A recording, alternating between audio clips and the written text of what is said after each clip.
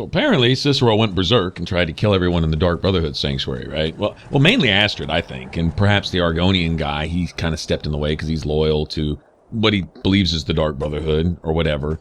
And although he probably knows that there's something missing there too, but that he needs some kind of purpose, and that's all he knows is being an assassin. So that's his job, and this is the only place he can really fit in, and I get it. As far as Astrid's husband, he went chasing off after Cicero, and he's loyal to just Astrid. He probably couldn't give a shit less about the Dark Brotherhood or anything else, you know. He just loves Astrid. So, Astrid herself, now, she is everything that Cicero claims she is. She's an absolute imposter, a complete pretender. Knowingly or unknowingly, she has taken a name upon herself, which is far too big for any britches that she can fill, okay? Kind of like these young, gun-toting, hip gangster wannabes, like Tool would say, right? That run around and they drive by and they shoot up a house full of 5-year-old little girls or you know, old women or something. And they kill a few people and go to prison for the rest of their life and talk about how tough they are to the other piece of shit around them doing the same thing. And then you compare them to someone who's actually a mob boss, you know, or something that, you know, they like own Las Vegas. They own cities. They own politicians. They run construction schemes and unions and things like, okay, these are organized stuff. And these young thugs who think that just killing some innocent unarmed person makes them bad so that they can wear their pants around their ankles and talk about how tough they are. Okay, it's not even, you don't even mention them in the same sentence. One doesn't acknowledge the other as even existing unless they validate your existence. Okay, so this wannabe fantasy la la land thing that these young thugs do compared to actual real organized crime that exists is kind of like what Astrid is doing, playing into the Dark Brotherhood that's so much bigger, right? And is steeped in so much more tradition going way, way back. Even if it's fallen on hard times, even if some of the sanctuaries have been overthrown. Like, in the last video, we read some of Cicero's journals, and he mentions the overthrow of some of the previous sanctuaries, the upheaval, and now you experience it too if you play Oblivion. The upheaval of, like, the Breville sanctuary, which isn't so much a sanctuary, it's where the actual Night Mother was housed herself.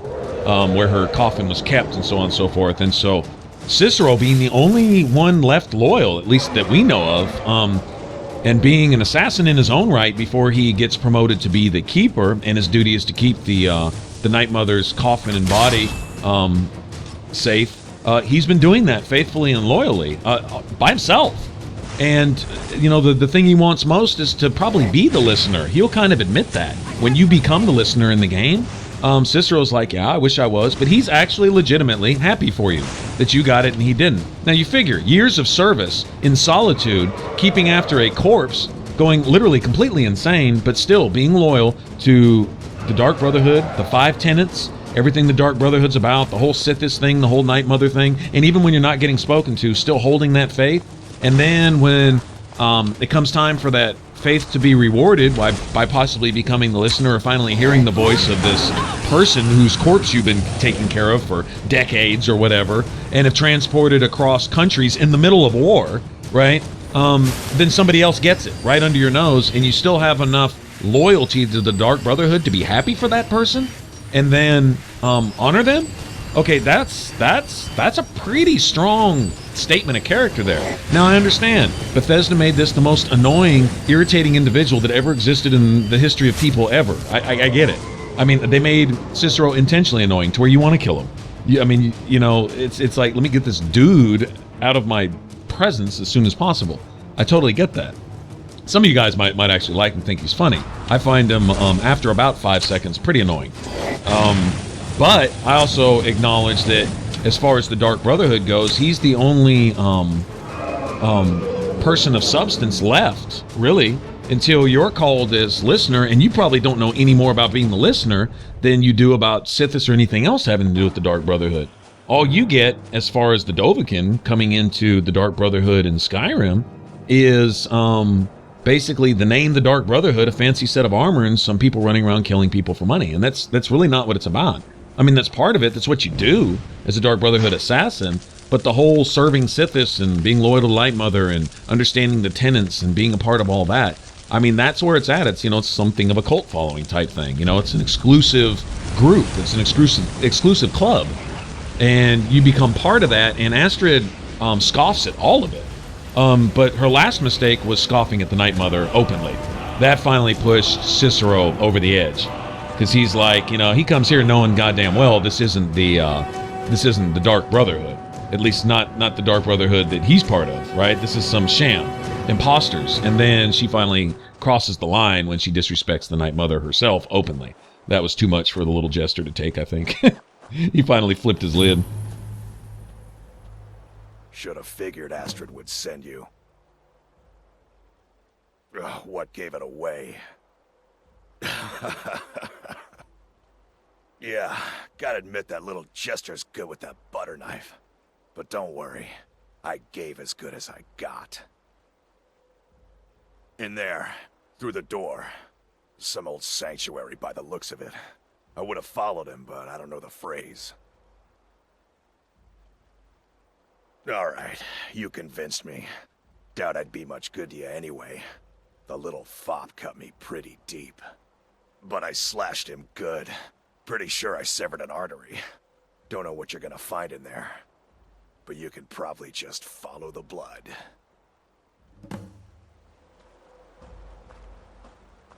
Alright. Now, Armbjorn, he's loyal to Astrid. I get it. You know, if the Dark Brotherhood were to take the form of one person... Oops, hold on.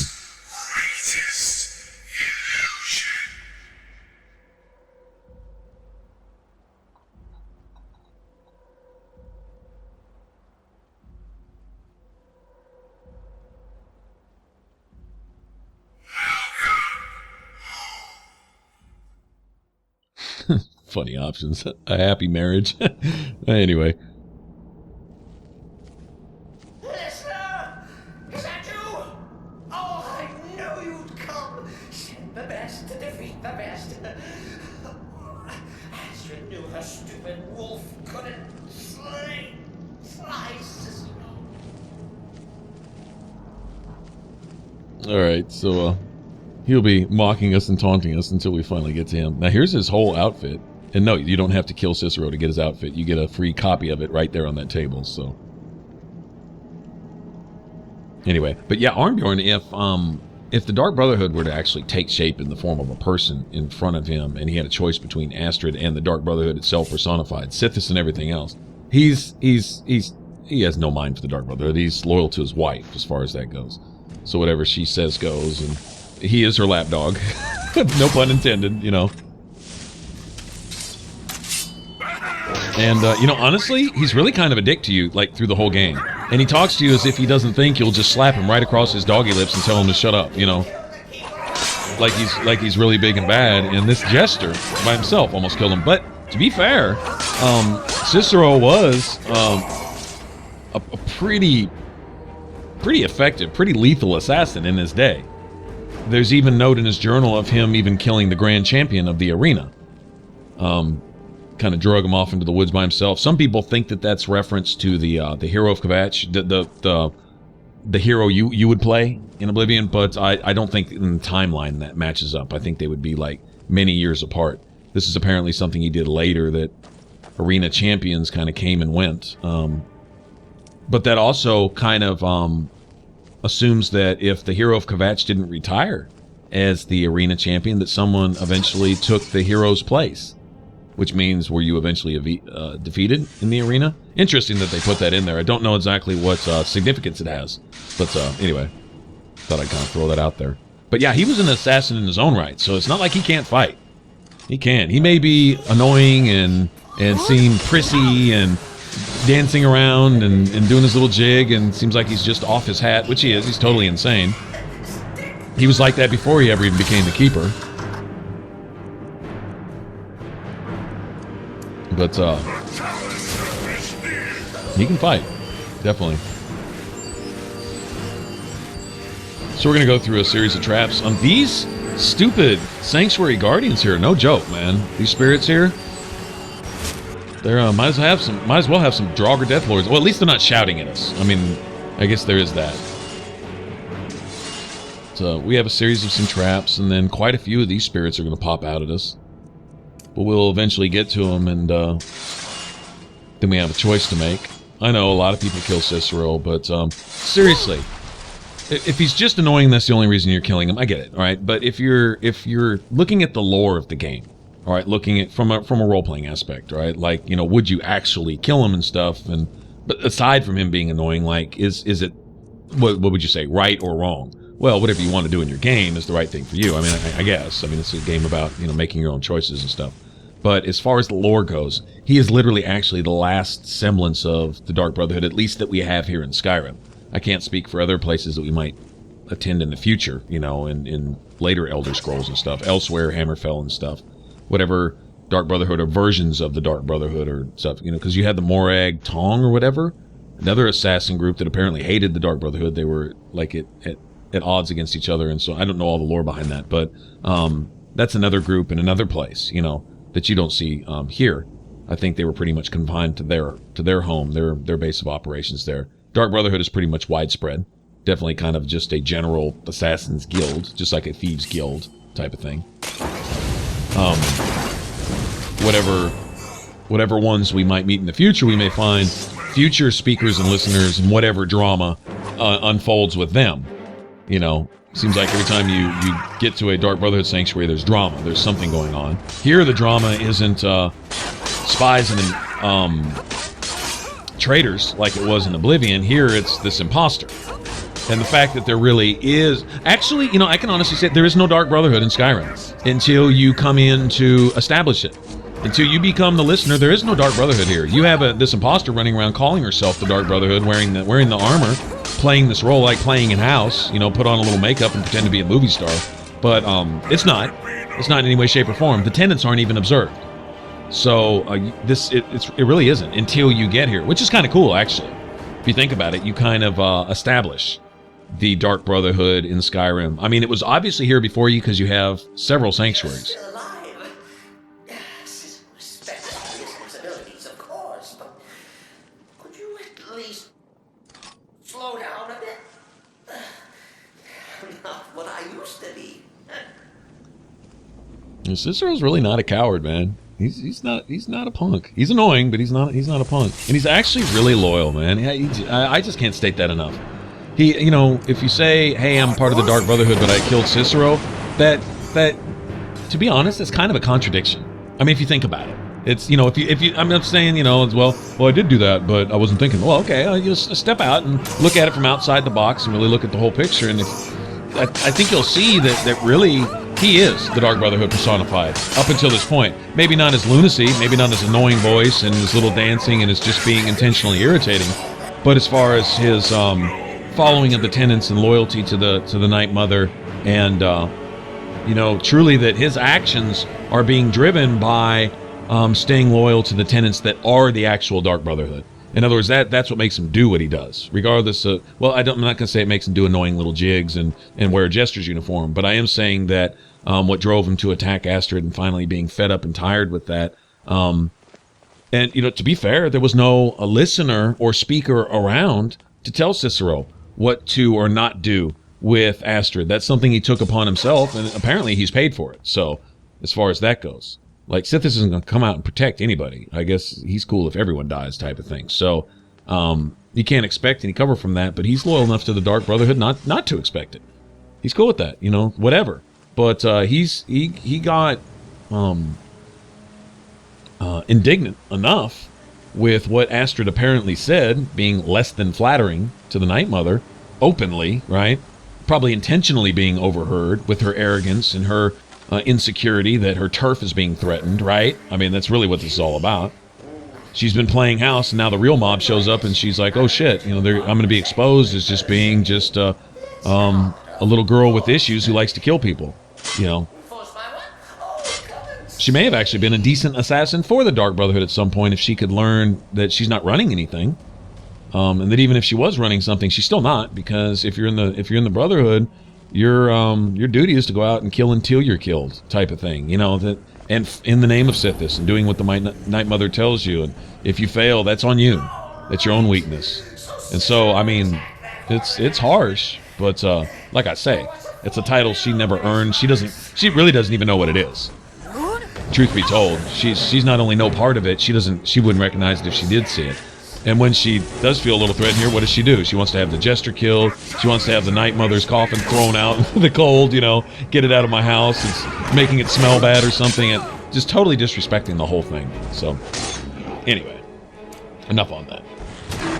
So, apparently, well, I doubt this is Cicero's personal pet, but we have a named troll down here guarding his little hallway. Somebody's been feeding him, like, cows and goats and stuff. Unless he's been making nightly raids on Dawnstar nearby to go steal their livestock or something. Maybe that's the case.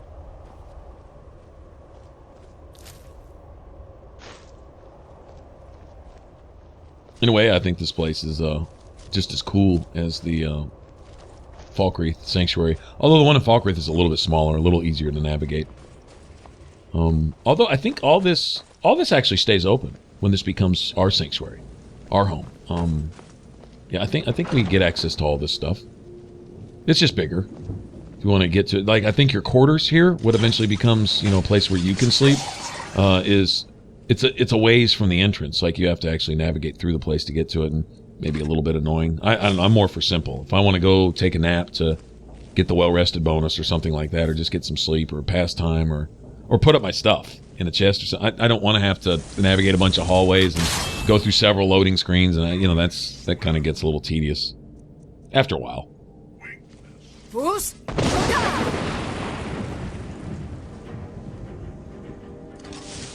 Not to knock those that are fresh to the game, though, where all this is still kind of new, and wandering around and exploring an area for hours is still a neat thing. You know, I mean, I totally get that too.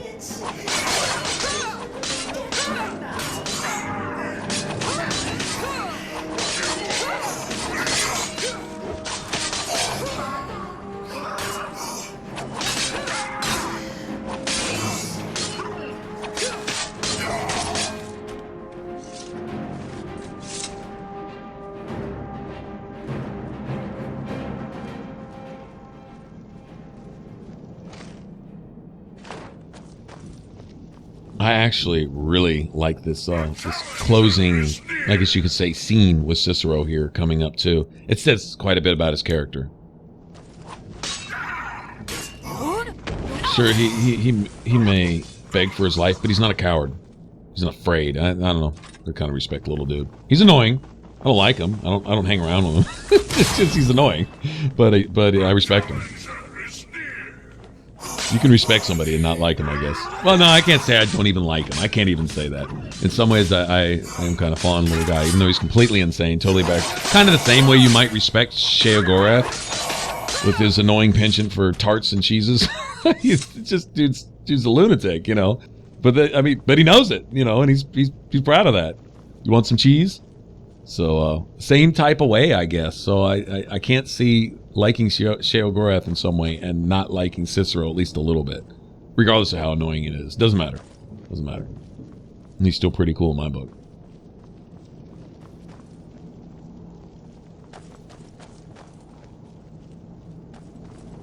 All right, any more of those spirits? They seem to be popping out literally everywhere. Oh, cool. Oh, I'll take that.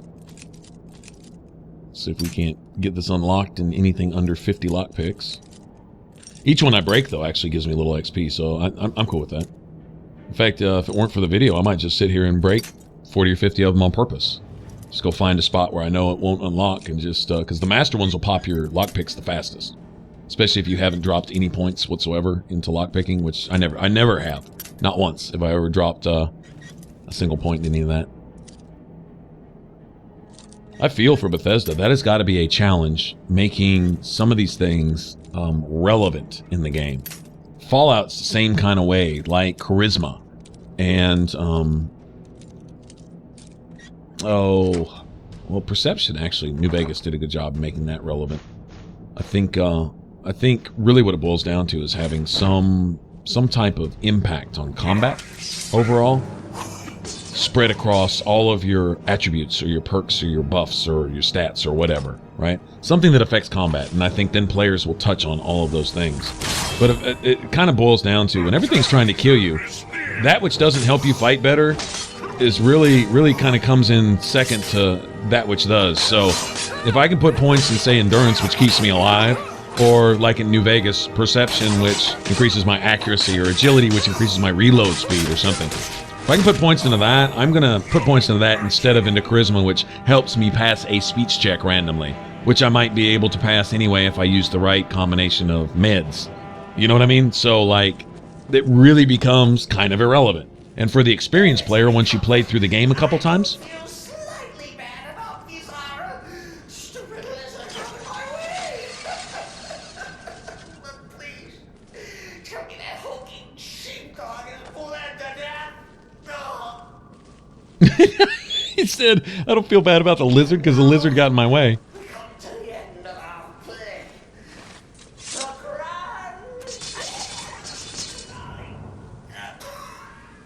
And the werewolf went out of his way to make enemies with Cicero, so that's fair. But he was after Astrid, just Astrid, and he basically says so. So he even acknowledges that the rest of the sanctuary people aren't really to blame. I mean, you see that they might be future recruits for a real Dark Brotherhood. But that's what I'm seeing here. So I'm just saying. You caught me. I surrender.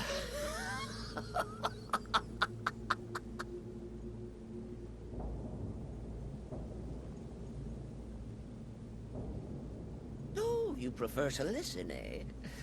Of course, of course. The listener listens. A joke. A funny joke. I get it. Then listen to this. Don't kill me. Let poor Cicero live. I attacked the strumpet Astrid. I did. And I do it again. Anything for our mother? Return to the Pretender. Tell her I'm dead. Tell her you strangled me with my own intestines. But lie. Yes, lie. Lie and let me live. Awesome, man. Let me live. Do what you will. Cicero has no fight left. I could say something bold here. This may offend some folks. Don't take it This will judge personal. us both. But if it's true, it's true. Okay, not liking it doesn't make it any less true. That's what I say. You can, you know, if a liar says the truth, it's still the truth, regardless of the source where it's coming from. You know. So anyway, I was thinking about for those who kill Cicero or let him live is kind of like the difference. And I don't want to boast to put myself in a certain category, but there's some truth to this if you think about it. It's kind of the difference between those who play Call of Duty and those who play RPGs. Someone who gives no thought to the dialogue or the story or the role-playing element of the game and is just in for the action and running around and, you know, mashing a button, swinging their sword and hitting things is not going to pay enough attention to what's going on and would just look at the simple fact that, well, this dude is annoying as hell and I need to get rid of him. Okay. But then you have the RPG players. I'm not saying you're not an RPG player if you kill Cicero. Okay. But still, if you think about it, those who get into the role-playing element of the game and find reason or purpose for the people they kill or let live or do quests for or don't, would look at Cicero and realize that he essentially symbolizes what's left of the Dark Brotherhood and that he really is doing this out of loyalty to the Night Mother and is the only one really that is knowledgeable and loyal. And for that you have my thanks. But what of the fool? Is Cicero dead? Excellent. Once again, you've proven yourself a born assassin. Tell you what, why don't you hold on to Shadowmere a while longer? He's a fine steed, and hasn't been ridden nearly as much as he should lately. And now that this Cicero mess has been mopped up, we can get back to the matter at hand, There's just one more target before we strike out at the Emperor. Have you by chance heard of the Gourmet? Read his cookbook? It's become quite a phenomenon. The Gourmet is scheduled to cook for the Emperor at a special dinner. You'll kill him, steal his writ of passage, and assume the role of Master Chef. Festus has been spearheading this part of the assassination plan. He's close to uncovering the identity of the Gourmet. You should report to him. Right. And so just as a disclaimer, I'm not knocking Call of Duty. I played Call of Duty, and for a shooter, it's fun. I mean, you know, along with lots of shooters and stuff. But it's not an Stay RPG, safe. and I'm not going to start a genre war here either. It's just two completely different things. But you can see the players that kind of cross over to play other games, how they might handle a situation based on. I think some players who don't appreciate RPGs don't sometimes even know what to look for. I see it in their comments, like on Facebook groups and stuff, that they obviously don't really dig into the dialogue to figure out what's going on. They just want to play, Need something? I'll teach you how to use it effectively and keep you quick on your feet. Yeah, this is going to cost a grip. Oh my gosh. Yeah, that's expensive. That's cool. I need to get some points in this. True enough, I could just go find a giant and probably go get pounded on for a couple minutes. I could. But I actually have money, and I don't have anything to spend it on in the near future. Happy So that's hunting. fine. I don't even want to think about how much that was total. Damn near like, what, 20 grand or something? Maybe more? Whatever. Wasn't really paying attention. I just saw lots and lots of digits down there. Lots of them. Big numbers. But that's cool. I probably spent the equivalent of a house just now training in that. But it's cool. It puts me over that mark. Now I can, I think I can drop another point into light armor, I believe.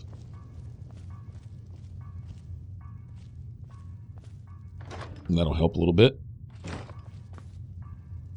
If nothing else, to help go actually find a giant and finish it off. Took your sweet Get it to 100. time dealing with Cicero, eh? Now let's get down to business. Astrid told you about the Gourmet, I hope. Quite so. But first, you'll need to learn who he is. Assuming, of course, that the Gourmet actually is a he. Could be a woman, for all we know.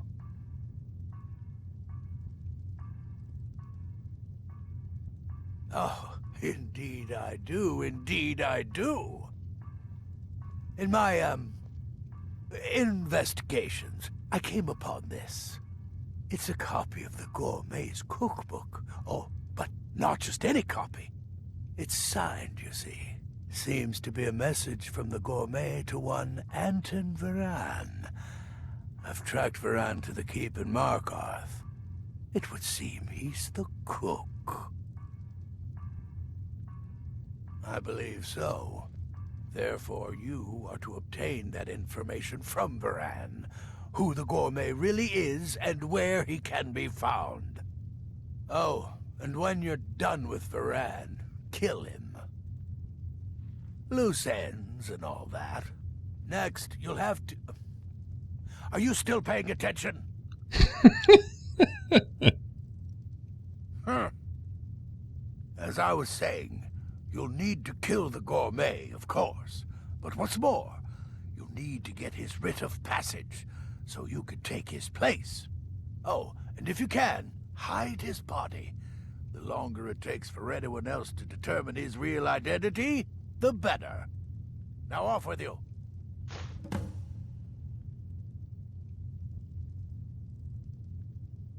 Remember, the Markarth Keep. That's where you'll find Anton Varan. Probably cooking up all of the Gourmet's recipes, passing them off as his own. Alright, and that's where we're headed. We'll get there, and actually, yeah, might as well go ahead and close up the Dark Brotherhood story. Get back to good stuff. I want to go to Dawnguard. I'm really kind of missing Serana now. That's pretty much what I have my eyes set on now. I'd like to go ahead and finish this up, and then we'll head that way. This has been a pretty cool story, though, overall. I like the way this plays out. They did this pretty well. Alright, go get my trusty shadow mirror. Very cool. Alright, I will see you guys, I guess at Markarth next time, and we'll go find this Gourmet. Alright, if you want to subscribe, click that button up top, and if you want to catch the rest of this Let's Play, click that image there in the middle. It should send you to the playlist, and I will catch you guys in the next one. Y'all take care. Bye-bye.